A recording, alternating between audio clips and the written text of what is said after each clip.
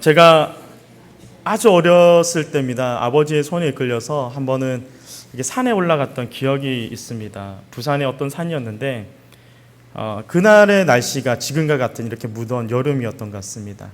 저희 아버지가 산을 정말 좋아하시거든요. 그래서 저도 자연스럽게 어릴 때 산을 쫓아 올라가다 보니까 체격은 지금 이래도 날렵하게 올라갑니다. 정말 열심히 잘 올라가는데 어렸을 때 아버지를 따라서 산을 올라가는데 그날이 너무너무 더웠습니다. 그런데 하물며 일찍 산을 이렇게 오르다 보니까 아침 일찍 이제 물도 가져가지 못했고요. 그때는 지금과 같은 좋은 보온병이 있었던 것도 아니고 근처에 편의점이 있어서 쉽게 물을 살 수 있었던 그런 때도 아니었던 것 같습니다. 제 기억으로는. 그래서 정말 갈증을 느끼며 산을 올라가고 있었습니다. 근데 저희 아버지가 또 걸음이 빠르시거든요. 저를 기다려주지 않으시더라고요. 멀찌감이 떨어져 가는데 저는 정말 목이 타들어가는 것을 경험할 수 있었습니다. 그래서 그냥 아버지를 버리고 혼자 하산할까 이런 생각을 갖고 산을 오르고 있는데 저 먼 곳에서 희미하게나마 우물이 보이는 겁니다. 지금은 약수터라고 부르죠. 근데 그때 제 기억으로는 참 재밌게도 그곳에 우물이 있었습니다. 그래서 제가 그 우물을 보는 순간에 정말 갖고 있는 모든 힘을 다해서 그 우물을 향해 전력으로 달려갔습니다. 왜 달려갔을까요? 너무 목이 말랐거든요. 그래서 열심히 달려가서 그 우물의 옆에 있던 바가지를 탁 잡고는 이제 물을 퍼기 위해서 그 우물 안을 탁 보는 순간 충격적인 것을 제가 보고 말았습니다. 뭐였을까요? 개구리 제 충격 안 받죠. 뱀? 아니요. 그것에 사람이 들어가 있는 겁니다. 제가 이 얘기하니까 시체가 아니냐 이러는데 시체 아니었습니다. 그것에 사람이 들어가 있는 겁니다. 그런데 사람이 왜 들어가 있었을까요? 너무 더워서. 제가 지금 생각해 보면 이 남자가 너무 덥다 보니까 물을 마셔도 이 갈증이 해소가 안 됐던 것 같습니다. 그러니까 결국에는 이 우물 속에 딱 들어가 있었던 거죠. 근데 그 순간 제가 그 우물 속에 들어가 있던 남자와 정면으로 눈이 딱 마주쳤습니다. 충격이었습니다. 그때 제가 참 어린 나이에 마음도 여리고 그 어렸던 제 마음에 그 장면은 너무나도 충격적인 장면이었습니다. 그런데 이 충격적인 장면을 뒤로하고 그것보다 더 힘든 것이 있었습니다. 결국에는 물을 마시지 못했던 거죠. 도저히 사람이 들어가 있는 물은 마시지 못하겠더라고요. 그래서 결국에는 그 우물을 멀리하고 뒤로하고 갈증과 여전히 타는 듯한 갈증과 이 목마름을 가지고 그 산을 올라갔던 기억이 저에게는 있습니다. 오늘 여러분 우리의 삶에도 이 같은 갈증과 갈급함을 느낄 때가 있습니다. 먼저 이 갈급하다라는 말을 한번 사전에서 찾아보니까 그 말의 뜻은 속이 마른지 마를 지경으로 몹시 바란다 또는 몹시 급한 갈증을 의미한다라고 되어 있더라고요. 이런 의미로 볼 때에 저처럼 높은 산을 오르거나 때로는 아침 일찍 격한 운동을 열심히 한 후에 느껴지는 갈증이 있습니다. 그리고 그때에 속이 마를 지경으로 몹시 바라게 되는 것이 있는데 그것이 무엇입니까? 시원한 물 한 잔의 여유가 필요하다는 것입니다. 제가 지금 생각해 보면 지금 그 우물 안에 들어가 있던 남자에게도 이런 갈급함이 있었던 것 같습니다. 하지만 아무리 그 우물의 물을 마셔도 그 더운 더위 속에서 자신의 갈급함과 그 급한 갈증은 쉽게 채워지지 않았던 것 같습니다. 결국 남자가 이 갈증을 해결하기 위해서 선택한 방법은 그 우물 속으로 들어가는 것이었습니다. 하지만 어떻습니까? 우물 속에 들어간 그 잠깐은 그 물에 물을 마시고 그 물 속에 시원한 냉기를 느끼며 자신의 목마름과 갈증을 채워줄 수 있었을 것입니다. 하지만 만일 계속되는 이 뜨거운 열기 속에서 우물이 점점 마른다고 생각해 보십시오. 그리고 이 우물에 처음에 시작되는 그 우물 안에 흐르던 물줄기가 그 속에서 끊어져 버릴 때 어떻게 되겠습니까? 그 우물 속에 있던 남자는 다시금 우물 밖으로 나와야 할 것입니다. 그리고 그 남자에게는 다시금 타는 듯한 목마름과 갈급함이 찾아오게 될 것이라는 것입니다. 그리고는 남자는 다시 다른 우물을 찾아서 이 산 저 산을 다시 찾아 헤매게 다닐지도 모른다는 것이죠. 우리는 이 사실을 통해서 알 수 있는 것이 있습니다. 이 땅에 우리의 목마름을 해결해 줄 그 어떤 것도 결코 영원할 수 없다라는 것입니다. 우리의 목마름을 해결해 줄 수 있는 그런 마르지 않는 생물이 오늘 저와 여러분들에게 필요하다는 것입니다. 오늘 본문에 이 사마리아 한 여인이 등장합니다. 이 여인에게는 많은 문제와 아픔이 있었습니다. 그러나 그보다 이 여인이 힘들게 했던 것은 바로 이 무더운 한낮에 우물을 길러 나오는 것이었습니다. 성경에서는 그 시간을 6시쯤이라고 표현하고 있습니다. 그것을 우리의 시간으로 바꿔본다면 아마도 정오쯤 되는 시간일 겁니다. 가장 무더운 그런 시간대였습니다. 그 동네 다른 여인들은 뜨거운 이 한낮의 시간을 피해서 우물을 길러 나옵니다. 하지만 이 여인은 자신의 부끄러운 처지와 사람들의 시선을 피해서 남들이 나오지 않는 시간에 물을 길러 나와야만 했던 것입니다. 사람들은 그녀의 수치와 부끄러움을 비난하고 수근거립니다. 그럼에도 이 여인이 사람들을 피해서 이 한낮의 뜨거운 길을 걸어와야 했던 것은 무엇 때문입니까? 바로 그녀에게 필요한 갈급함이 그곳에 있었기 때문입니다. 예전에 제가 어느 프로에서 한 아프리카 청년이 물을 길러 가는 것을 보게 됐습니다. 우리에게 일상적으로 물을 마시는 것은 그렇게 어렵지 않습니다. 지금이라도 당장 제 앞에 놓여져 있는 이 컵의 물을 마시면 저는 갈급함을 해소할 수 있습니다. 그리고 또 어떻습니까? 교회 곳곳마다 생수통이 있고 또 얼마든지 우리가 원하면 우리는 가까운 곳에서 물을 사 마실 수 있습니다. 그런데 이 아프리카 청년은 이 물을 기르기 위해서 하루길을 걸어가는 겁니다. 하루길을 아침 새벽부터 물통을 등에 메고는 아주 빠른 걸음으로 하루 종일 쉬지도 않고 그 우물이 있는 그곳으로 걸어갔던 것입니다. 그리고 그곳에 도착하고는 잠시 동안 자신의 목을 잠깐 축이곤 다시금 물통에 물을 가득 채우고 하루길을 걸어서 다시 집으로 돌아왔다는 것입니다. 이렇게 매일을 그렇게 왔다 갔다 해야만 했던 이 아프리카 청년의 이유가 무엇이었겠습니까?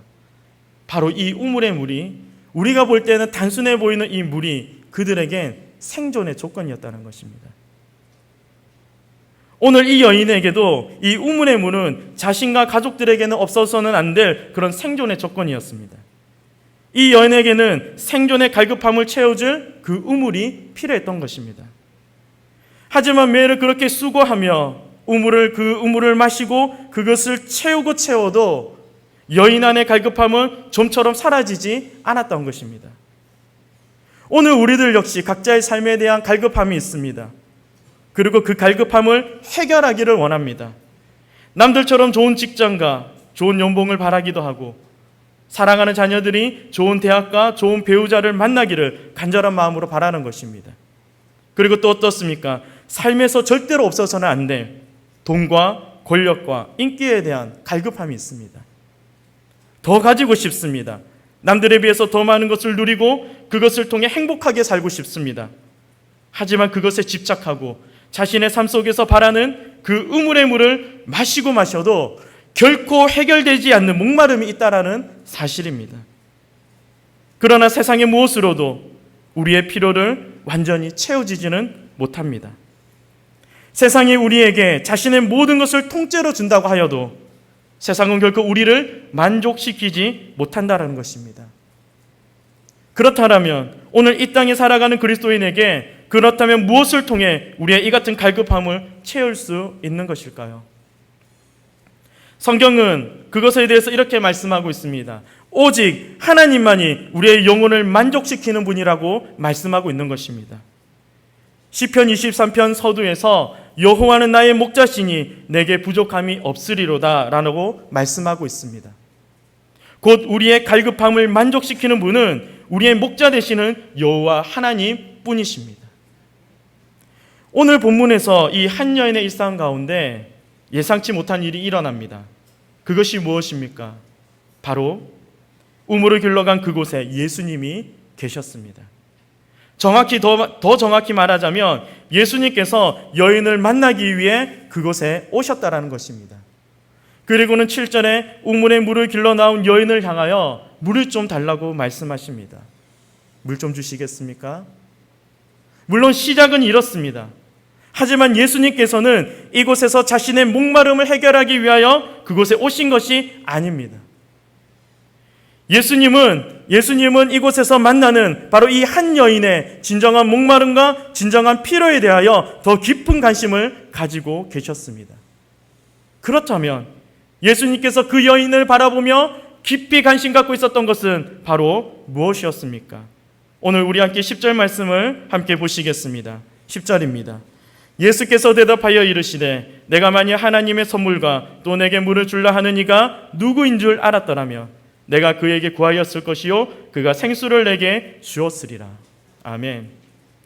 예수님은 무엇으로도 채울 수 없는 우리의 삶의 문제와 갈급함을 채워줄 놀라운 선물을 우리에게 주신다라고 말씀하고 있습니다. 오늘 이 우물가에 만났던 이 여인에게 예수님께서 관심 가졌던 것은 그 여인의 수고로움이 아니라 바로 그 여인의 내면 안에 있는 바로 그 타는 듯한 목마름, 오늘 정말 예수님께서 그에게 주시고자 했던 이 놀라운 선물을 그에게 주고자 하셨다는 것입니다. 바로 오늘 본문의 10절 말씀에서 예수님은 이 세상의 것으로는 결코 맛볼 수도 없고 오직 주님만이 우리의 갈급함의 문제를 아시고 또한 그것을 채워주실 수 있는 생수를 주시겠다라고 말씀하십니다. 마가복음 7장 37절에서는요, 예수님은 초막절 마지막 날에 성전 앞에 나와서 그것에 모인 수많은 군중들을 향하여 이렇게 외치셨습니다. 누구든지 목마르거든 내게로 와서 마셔라. 예수님은 그 성전 앞에 넘쳐 흐르는 물이 있다는 사실을 알고 계셨습니다. 그리고 사람들은 그곳에 물을 마시며 자신들의 갈급함을 채워왔습니다. 그러나 오늘 예수님의 이 외침 속에는 그곳에 넘쳐 흐르는 물만으로는 그들의 인생을 채울 수 없다는 것을 온몸으로 외치셨던 것입니다. 예수님은 이 외침을 통하여 여전히 너희들의 삶이 지금도 목마르다라고 말씀하고 있는 것입니다. 이 땅에 좋은 것을 누리며 살아도 예수님이 말씀하신 이 목마름은 우리의 육체적인 우리 정신적인 목마름이 아니라는 사실입니다. 오늘 예수님께서 우리에게 너희는 목마르다라고 말씀하시는 이것은 바로 우리를 향한 영적인 목마름이라는 것입니다.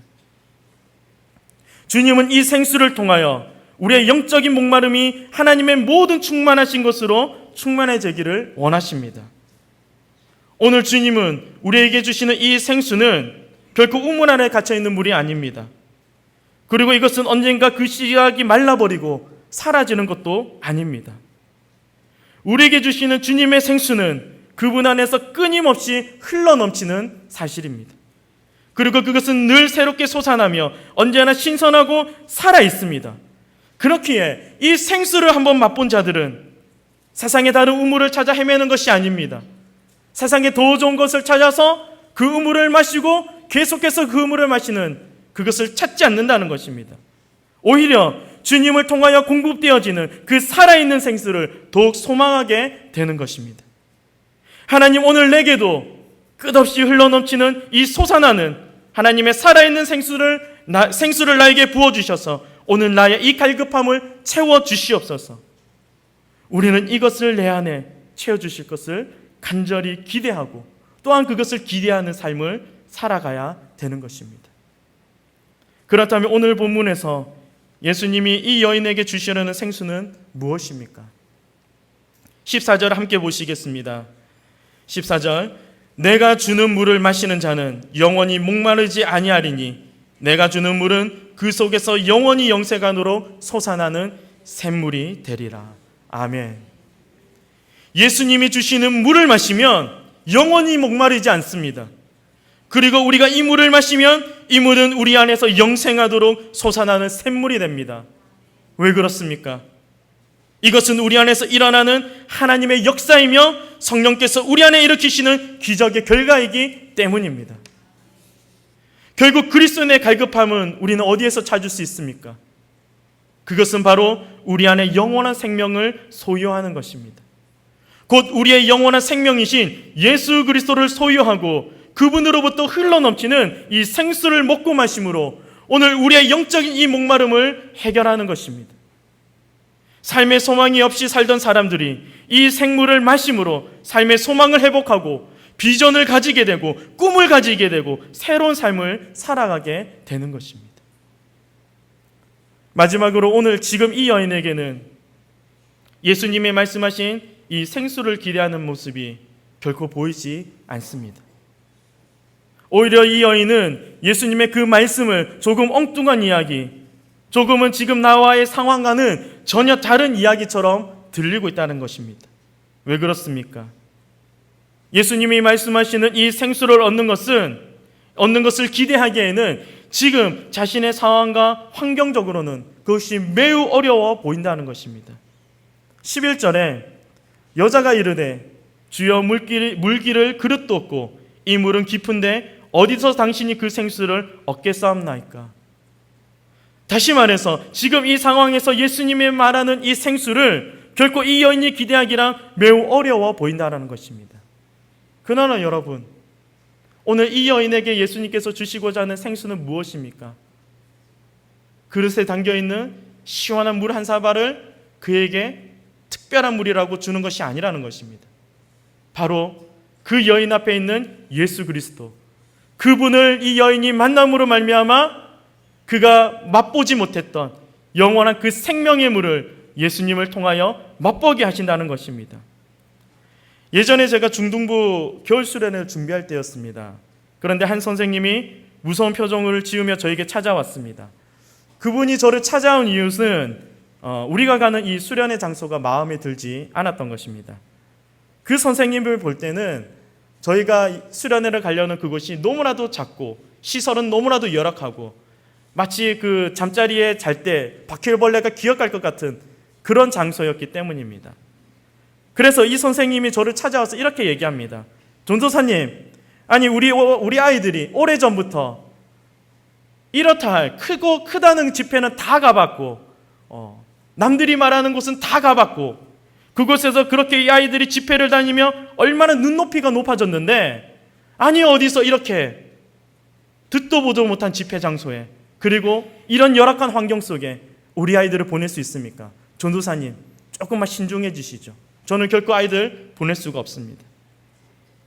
그러면서 아이들을 결코 데려갈 수 없다라고 저에게 화를 내고 돌아가셨습니다. 그리고는 그렇게 얘기합니다. 결코 그런 곳에서는 선한 것이 나올 수 없다라고 말씀하셨던 것입니다. 아니 어떻게 그런 곳에서 선한 것이 나올 수 있겠느냐? 결코 없을 수 없다는 것입니다. 하지만 그 수련회를 준비하는 저에게는 확신이 있었습니다. 예전에 그 어떤 집회보다도 바로 이곳에서 아이들을 만나시고 은혜를 부어주실 것에 대한 간절한 갈급함이 있었습니다. 그리고 함께 준비하는 선생님들과 몇 주를 계속해서 기도하며 수련회를 준비할 때에 하나님은 우리 안에 이런 갈급함을 더욱 커져가게 만들어 주셨습니다. 그리고 또 하나님의 은혜를 기대하며 함께 수련회를 준비할 수 있었습니다.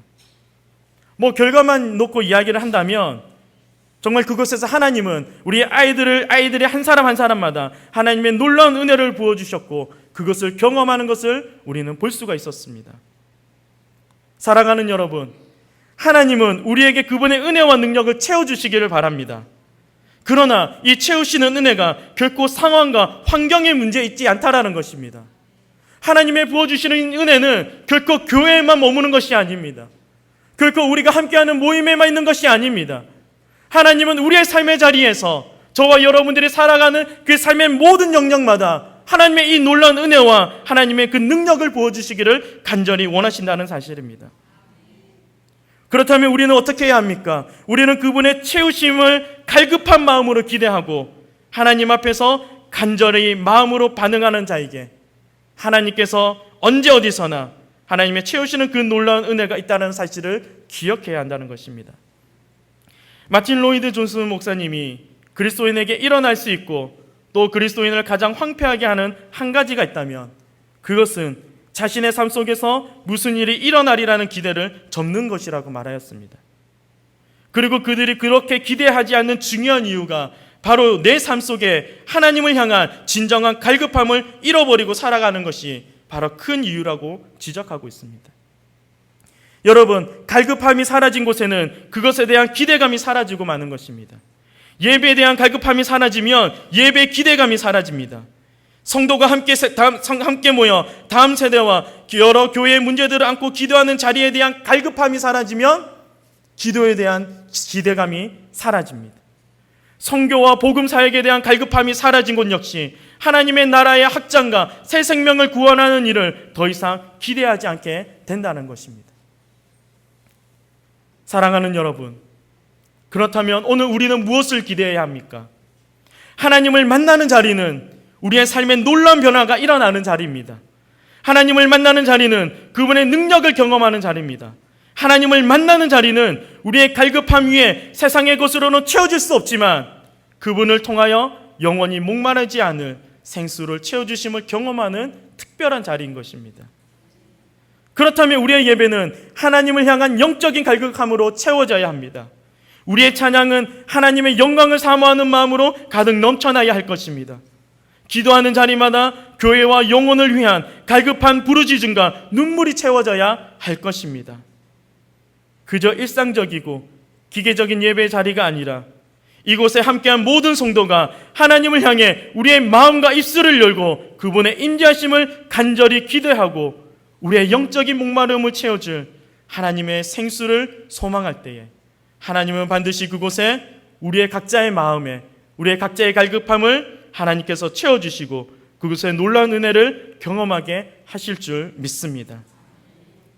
그리고 모든 예배마다 선포되는 말씀의 결단을 통하여 우리는 하나님의 채우시는 놀라운 은혜가 저와 여러분들의 삶 속에 가득 채워나기를 이 시간 다시 한번 더 간절히 소망합니다. 여러분, 갈급함이 있습니까? 하나님을 향한 영적인 갈급함이 있습니까? 그렇다면 오늘 주님을 향한 우리의 입술을 여시기 바랍니다. 하나님을 향한 우리의 갈급함을 주님 앞에 구하시기 바랍니다. 그럴 때 세상은 결코 우리에게 줄 수 없고 세상은 결코 우리를 감당할 수 없지만 하나님은 결코 마르지 않는 샘물과 같이 우리에게 하나님의 영원한 생명이 되신 그 샘물을 우리에게 부어주시고 채워주실 줄 믿습니다. 함께 기도하겠습니다.